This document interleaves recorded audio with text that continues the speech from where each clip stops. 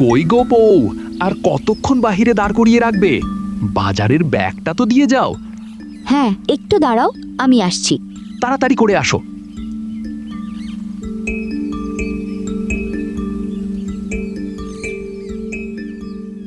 এই নাও বাজারের ব্যাগ। আর হ্যাঁ, আজকে পারলে বড় দেখে একটা মাছ এনো। দেখি তো, কাঁচা বাজার করে যদি একটু বেশি টাকা বেঁচে যায় তাহলে বড় দেখে একটা মাছ কিনে আনবানি।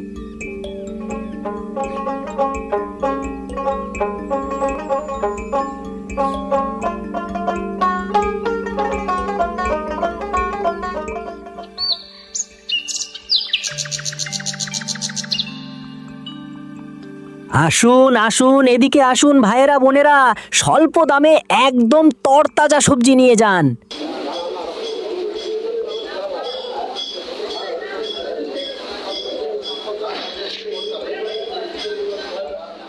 এই যে ভাই, আপনার কি লাগবে? ভাই, আমাকে 1 কেজি করলা দাও তো। 1 কেজি করলা? ভাই, আপনি 1 কেজি করলা কিনতে পারবেন তো? আপনার কাছে টাকা আছে? কি বলছো? 1 কেজি করলার দাম কত ভাই, যে আমি কিনতে পারবো না? 1 কেজি করলার দাম 150 টাকা, কিনতে পারবেন তো? 1 কেজি করলার দাম 150 টাকা? তোমরা কি মগের মূল্য পেয়েছো? আমি আগেই আপনাকে বলেছিলাম আপনি 1 কেজি করলা কিনতে পারবেন না, শুধু শুধুই আমার সাথে কথা বাড়াচ্ছিলেন। কিনলে নেন, না কিনলে আমার দোকান খালি করেন। এবার তোমার কিন্তু বেশি বেশি হয়ে যাচ্ছে। আমাকে কি মানুষ মনে হচ্ছে না নাকি? আপনাকে দেখে তো কোনো দিক থেকেই মানুষ মনে হচ্ছে না। আপনি এখন আমার দোকানের সামনে থেকে যান তো। আজকে দিন দিন না সাধারণ মানুষদেরকে ভোগান্তি করা, তোমাদের মতো সবাইকে দেখে নেব। যান যান, কি করেন আমি দেখবানি।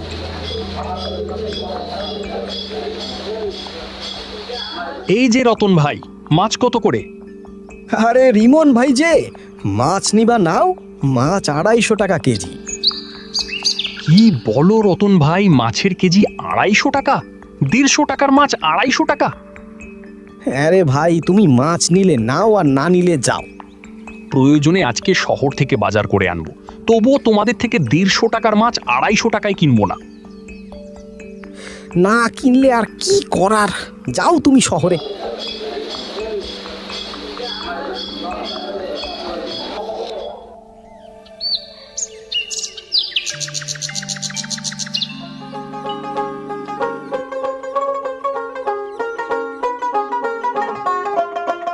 বউ, বউ কোথায় গেলে? এই দেখো, শহর থেকে কত বড় একটা মাছ এনেছি। ও মা গো, এত বড় মাছ! তুমি মাছ কেনার টাকা পেলে কোথায় গো? নাকি মাছের বাজার আজকে সস্তা গেছে? আমাদের গ্রামের বাজারে মাছ বাজার সস্তা তো দূরে থাক, আরো সবকিছুর দাম দ্বিগুণ হয়ে গেছে। সবকিছুর দামই যদি দ্বিগুণ হয় তাহলে এত বড় মাছ কেনার টাকা পেলে কোথায়? বউ, সবকিছুর দাম দ্বিগুণ দেখে আজকে গিয়েছিলাম শহরে। শহর থেকে সস্তা দামে এত বড় মাছ ও কাঁচা বাজার করে আনলাম।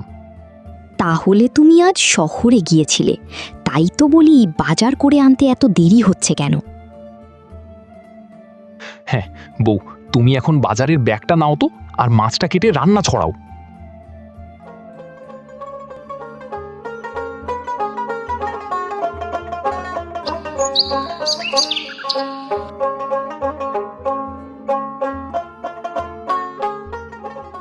কালু, আজ তো হাটের দিন, সবাই ঠিকঠাক করে চাঁদা দিয়েছে তো? সে কি আর বলতে, চাঁদা না দিয়ে যাবে কোথায়? আপনার ভয়ে সবাই চাঁদার টাকা আলাদা করে রেখেছিল। সবাইকেই ভয় দেখিয়ে রাখতে হবে। সবাইকে যত ভয় দেখিয়ে রাখতে পারবো তত আমি এই গ্রামের শাসনে রাখতে পারবো। তা না হলে তো এই গ্রাম আমার থেকে হাতছাড়া হয়ে যাবে রে। মোড়ল মশাই, আপনি ঠিকই বলেছেন। শোন কালু, আগামী সপ্তাহে সবাই যে টাকা চাঁদা দেয় তার উপর আরো 20 টাকা কর ফেলবে, ঠিক আছে?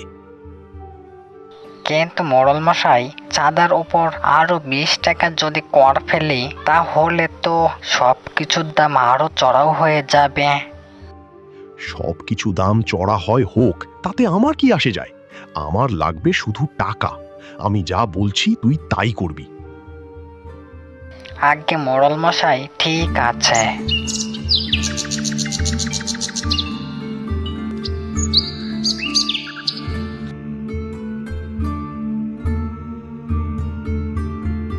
এই যে কবির ভাই, কেমন আছো? তোমাকে দেখিনি তো অনেক দিন। আলহামদুলিল্লাহ, আল্লাহ রাখছে ভালো ভাই। মাছের কেজি কত নিল? সে কথা আর বলো না রিমন ভাই, গত সপ্তাহে এই মাছই কিনেছিলাম 150 টাকা, আর একই মাছ 250 নিল আজ। শোনো কবির, আজ গ্রামের বাজারে সবকিছুর দাম দ্বিগুণ দেখে আমি গিয়েছিলাম শহরে। শহর থেকে একই মাছ 150 টাকা করে এনেছি, বুঝলে? আমি এখন যাই, যেতে হবে ওই খাল পাড়ে।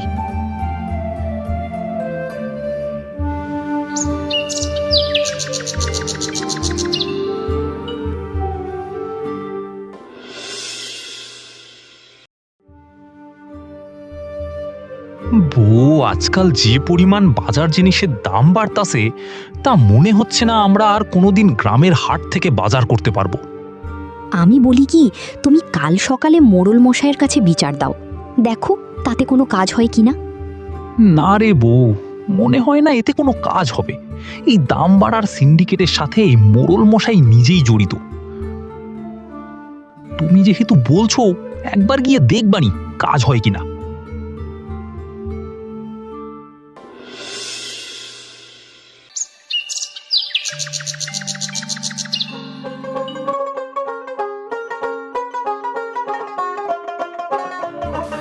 এই এই যে রিমন ভাই, সকাল সকাল কোথায় চললে? হ্যাঁ, কবির, বিকেলে তোমাকে আমি সবকিছুই বলবো নি, তুমি আমার সাথে খাল পাড়ে দেখা করো। আচ্ছা রিমন ভাই, ঠিক আছে।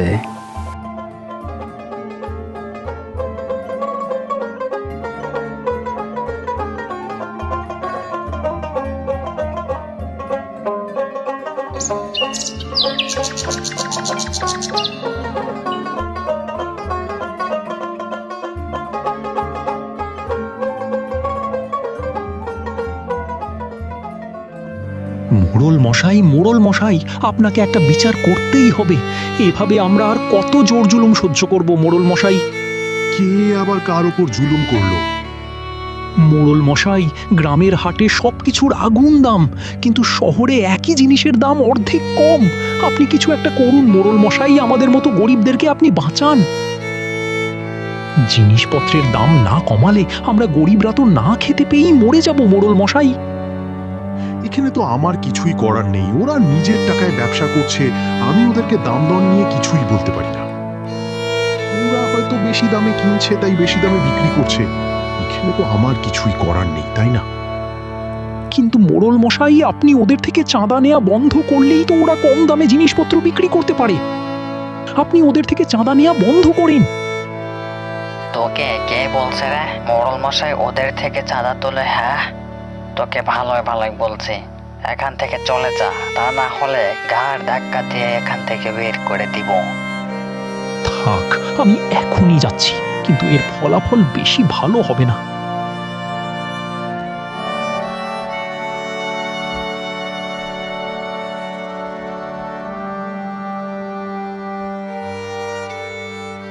মোড়ল মশাই, ও কি বলে গেল? কালু, কথায় আছে না, উই পোকার পাখনা গজালে আকাশ ছুতে চায়। তারপর উই পোকার কি হয় জানিস? তারপর ব্যাঙের পেটে যায়। হ্যাঁ, একদম তাই।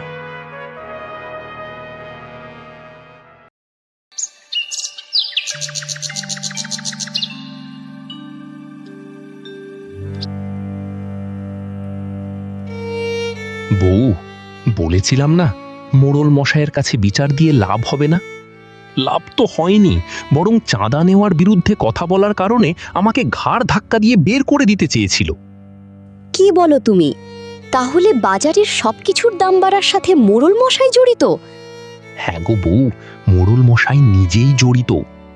তাহলে এখন আর কি উপায় হবে আমাদের? উপায় তো একটা আছেই। বউ, আমি ভাবছি কি একটা সস্তার বাজার খুলবো, যেখানে সবকিছুই সস্তায় পাওয়া যাবে। কি বলছো তুমি? বাজার করতে হলে তো অনেক জায়গা ও টাকার প্রয়োজন। এগুলো তুমি কোথায় পাবে? বউ, আমি ছোটবেলায় মাটির ব্যাংকে কিছু টাকা জমিয়েছিলাম, ওগুলো বাহির করবানি। আর খাল পাড়ে আক্কাস মামার অনেক জমি আছে, ওই জমিতে কোনো ফসল হয় না, পরিত্যক্ত পড়ে থাকে। ওই জমি হলে অনেক বড় বাজার হবে। আচ্ছা, তুমি যা ভালো মনে করো।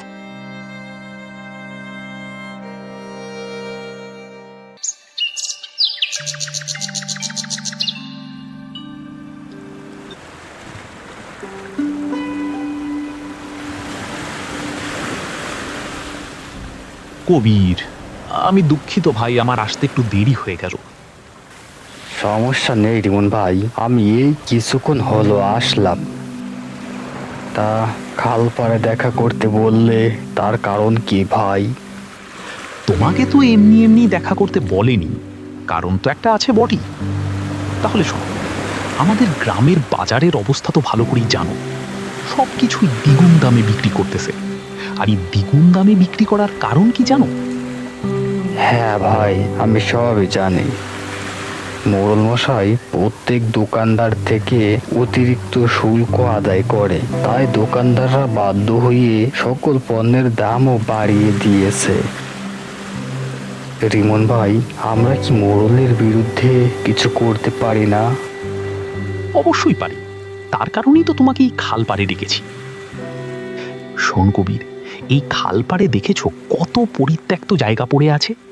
এই জায়গায় আমরা একটা সস্তার বাজার খুলব। এই বাজারে যারা দোকান খুলবে তাদের থেকে কোনো শুল্ক আদায় করা হবে না, এবং প্রত্যেক দোকানদারদেরকে বলে দেওয়া হবে সীমিত লাভে জিনিস বিক্রি করতে। অল্প দামে জিনিসপত্র বিক্রি করলে গ্রামের মানুষ আর ওই মোড়লের হাটে যাবে না, আমার এই খাল পাড়ের হাটে আসবে। এর মাধ্যমে আমাদের ব্যবসাও হবে, আর গ্রামের মানুষ মালামাল কিনে স্বস্তি পাবে, গরিব লোকগুলো বাঁচবে। আরে বাহ রিমন ভাই, বাহ! তুমি এত সুন্দর একটা উদ্যোগ নিয়েছো। তোমার এই উদ্যোগের সাথে আমি একমত। চলো আমরা কাল থেকেই কাজ শুরু করে দেই। হ্যাঁ কবি, আমরা কাল থেকেই দোকান তৈরির কাজ শুরু করব, আর শহর থেকে মাল এনে অল্প লাভে বিক্রি করব। রিমন ভাই, তুমি কাঁচা বাজার বিক্রি করবে আর আমি মাছ বিক্রি করব। আচ্ছা ঠিক আছে, এখন চলো আমরা বাড়ির দিকে ফিরে যাই, এখনই সন্ধ্যা নেমে আসবে।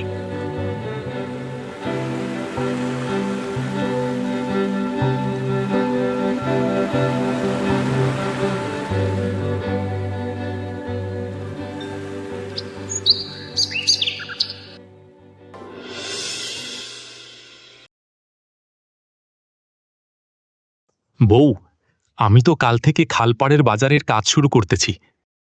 এতে করে তো মোড়ল মশাই তোমার উপর ক্ষিপ্ত হয়ে যাবে। তুমি মোড়লের সঙ্গে পেরে উঠতে পারবে? বউ, তুমি একটা কথা সব সময় মনে রাখবে, সত্যের জয় সব সময় হয়, আর মিথ্যা কখনোই সত্যের সাথে টেক্কা দিতে পারে না। যা করবে একটু সাবধানে কইরো। মোড়ল মশাই এমনিতেই সন্ত্রাসী কর্মকাণ্ডে জড়িত। বউ, তুমি চিন্তা করো না, ওই মোড়লকে কিভাবে শায়েস্তা করতে হয় সেটা আমার ভালো করে জানা আছে। বউ, এখন খাবার আনো তো, দুমুটো খেয়ে নি, অনেক খিদে পেয়েছে।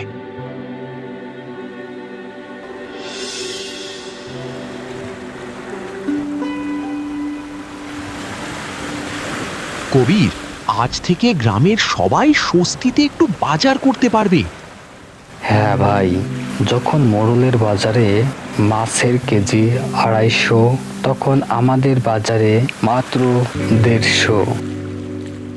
কাঁচা বাজার ওখানে 150 করে বিক্রি হচ্ছে, আর আমরা এখানে বিক্রি করব মাত্র 60 টাকায়। এবার গ্রামের লোকগুলো একটু ভালো মন্দ খেতে পারবে। সকাল পেরিয়ে দুপুর হলো, দুপুর পেরিয়ে বিকেল হয়ে গেল, একটা কাস্টমার তো পেলাম না। লোকজন কি এখনো বুঝতে পারে নাই যে খাল পাড়ে সস্তার হাট বসেছে? আরে ভাই কবির, আমরা তো একটা কাজ এখনো করি নাই। কি কাজ রিবন ভাই? কবির, আমরা যে আজ থেকে খালপাড়ে সস্তার হাট বসিয়েছি, এটা তো গ্রামে প্রচার করা হয়নি। হ্যাঁ তাই তো ভাই, হাট প্রচার করার কথা তো আমরা ভুলেই গেছি। জীবন ভাই, তুমি দোকান দুটো সামলাও, আমি গ্রাম জুড়ে খালপাড়ে সস্তার হাটের প্রচার করে আসি। হ্যাঁ কবির, ভালো করে প্রচার করো।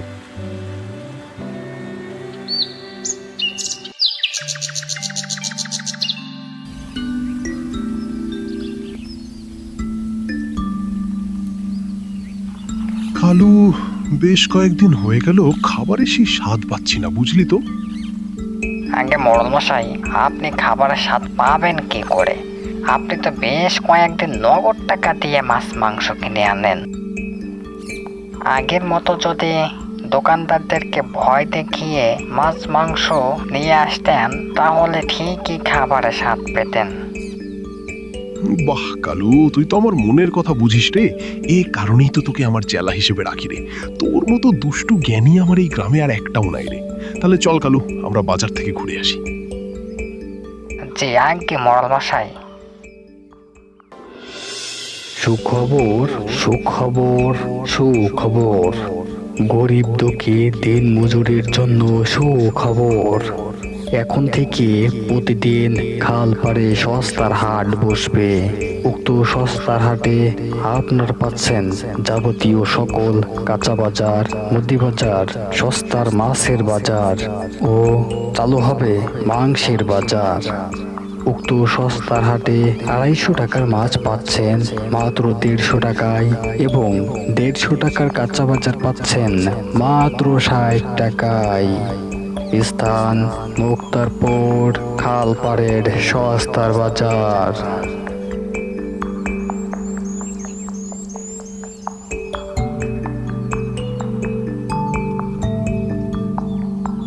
এই 10 কেজি মাংস দে। জি আজ্ঞে মোড়ল মশাই, এই তো দিচ্ছি।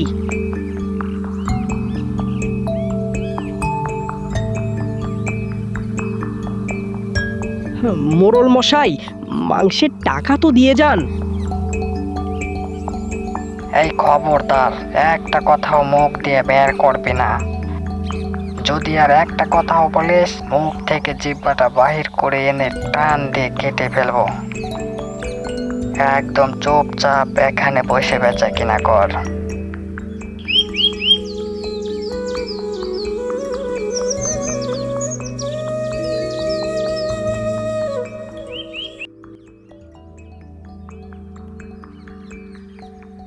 মোড়ল মশাই, আজ আপনি শুধু মাংস নিলেন, তা মাছ তো নিলেন না। আরে কথা, আজকে বড় কোনো মাছ বাজারে আসে নাই। বড় মাছ কাল আসবে। কালকে এক সময় এসে মাছ নিয়ে যাব।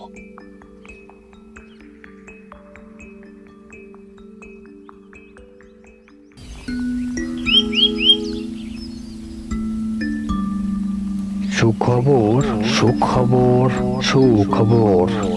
গরিব দুঃখী দিন মজুরির জন্য সুখবর। এখন থেকে প্রতিদিন খাল পাড়ে সস্তার হাট বসবে।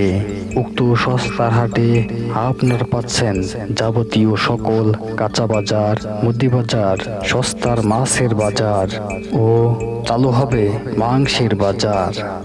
উক্ত সস্তার হাটে 250 টাকার মাছ পাচ্ছেন মাত্র 150 টাকায় এবং 150 টাকার কাঁচা বাজার পাচ্ছেন মাত্র 60 টাকায়। স্থান মুক্তারপুর খালপাড়ের সস্তার বাজার। এছাড়া দোকানদারদের জন্য রয়েছে বিশেষ সুবিধা। কোনো রকমের শুল্ক আদায় ছাড়া আপনারা আপনাদের ইচ্ছা মতো দোকান বসাইতে পারবেন।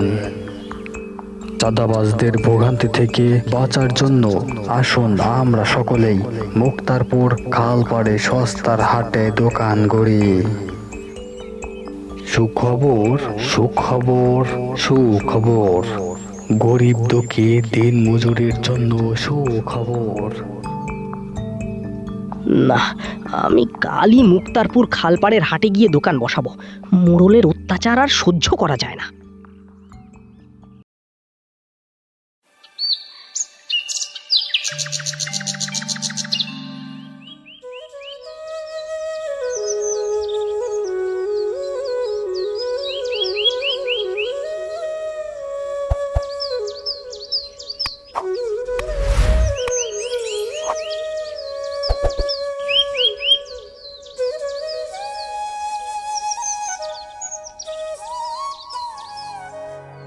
সর্বনাশ হয়ে গেছে মোড়ল মশাই, সর্বনাশ হয়ে গেছে।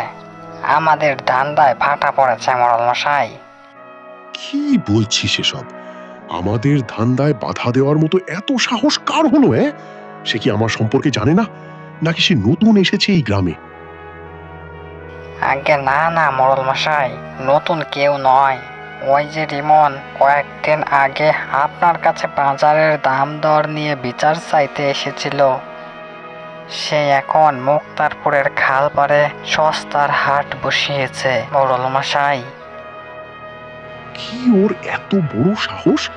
আমার অনুমতি ন নিয়ে একবারে হাট খুলে বসে আছে, তাও আবার মুক্তারপুরের ওই খাল পাড়ে, যেখানে 3 গ্রামের মানুষ এসে মিলিত হয়।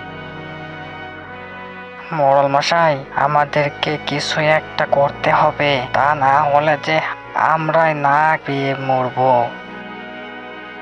না না, এই তো হতে দেয়া যায় না। কি করা যায় খালু? খালু, চল এখনই খালপাড়ের হাটে যাব, আর ওই রিমনকে আজই দেখিয়ে দিব আমি কি করতে পারি।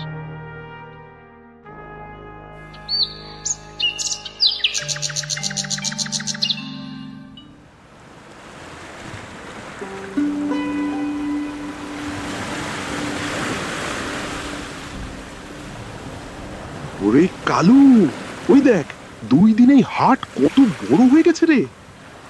তাই তো বলছি মোড়ল মশাই, আপনার হাটের সকল দোকান এখন এখানে।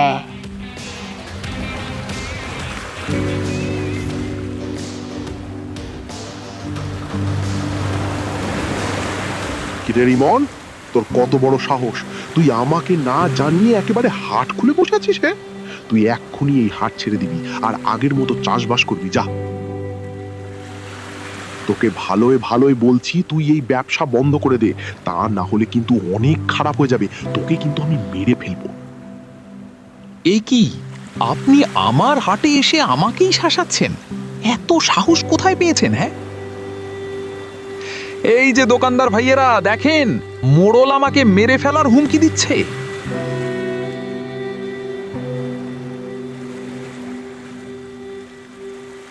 এই মোড়লকে আর চেলা কালুকে বেঁধে ফেল, ওদের বিচার আজ আমি করব।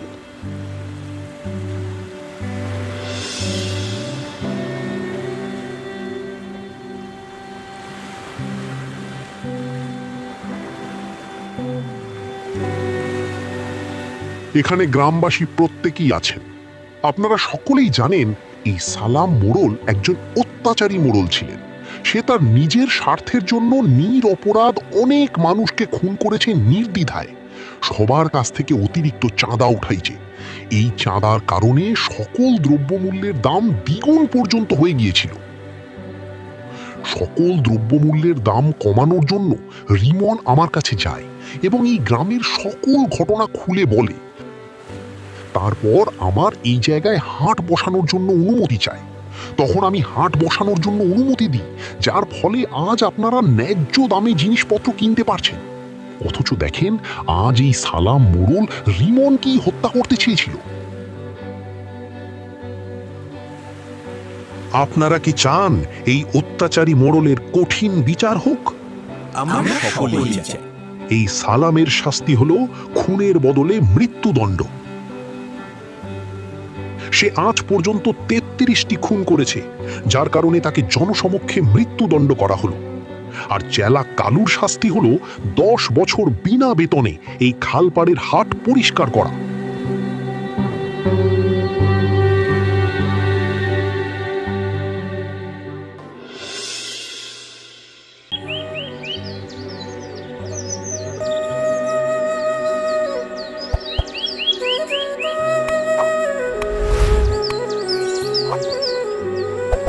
সম্মানিত গ্রামবাসী, আপনারা এইমাত্র দেখতে পেলেন অত্যাচারী মোড়লকে জনসমক্ষে মৃত্যুদণ্ড দেওয়া হলো।